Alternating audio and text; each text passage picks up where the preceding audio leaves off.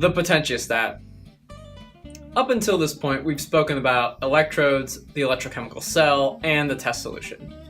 But we haven't actually conducted an experiment. We never measured anything. The potentiostat is the primary piece of capital equipment that an electrochemist will use in his or her experiments. Similar to other analytical chemistry techniques such as UV-Vis or mass spec, the potentiostat applies a perturbation to our system, the system being the electrochemical cell with its analyte and electrolyte. We then measure a response from this perturbation, and that response tells us information about the redox properties of the molecule that we're studying. The details of how a potentiostat operates can be fairly lengthy and wouldn't be appropriate for a short video. However, there are a few critical aspects to the potentiostat that we will cover in this video. The most important aspect of a potentiostat is the feedback circuit used to control the potential. Feedback is information that's used for the basis of some kind of change or adjustment. People use feedback all the time. We might get some comments from a homework assignment that tells us what we need to improve on to get a good grade. Or if we check a clock and notice we're running late to a meeting, we actually start running to make it to our meeting. We use some information to make an adjustment to our behavior to achieve a result. The same applies to an instrument or equipment.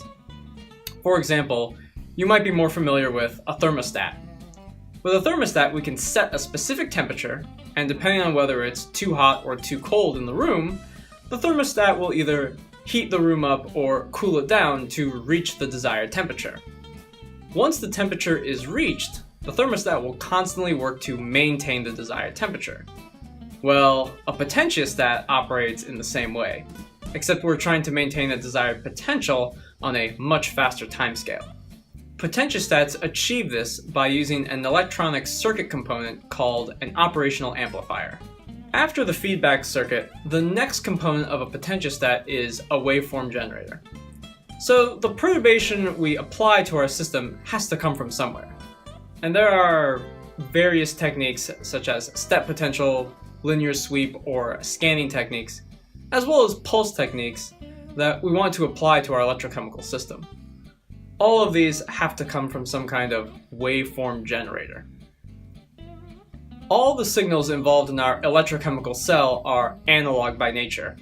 If you're watching this video, you're probably doing it on a computer, which operates purely in the digital domain.